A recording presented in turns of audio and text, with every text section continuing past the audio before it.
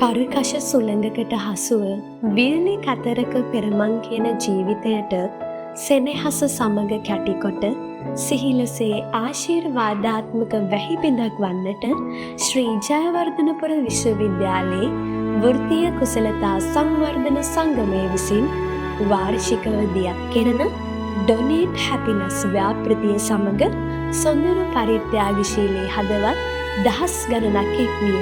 ඉතින් ඒ සහෘද මාහැඟි හදවත්වල දායකත්වයෙන් මහරගම අපේක්ෂාරෝහලේ ප්‍රතිකාර ලබන පුංචි පැංචියන්ට රුපියල් 2,70,000ක් වටිනා දුර්ලභ ඖෂධ පරිත්‍යාගයක් කිරීමට පසුගිය 17 වන ශනිදින අපිට හැකියාව ලැබුණු වගයි. ඒ නිසාම ඩොනේට් හැපිනස් කියන්නේ එක දවසක සිදුවුණු තවත් එක් ව්‍යාපෘතියක් පමණක්ම නෙවෙයි. එය දහසක් හදවත් එකට එක්ව එකම බලාපොරොත්තුවක් වෙනුවෙන් කැප වූ ගමනක මතකයක්, අත්දැකීමක්, අනාගතයට ගෙන ආ යුතු පණිවිඩයක්.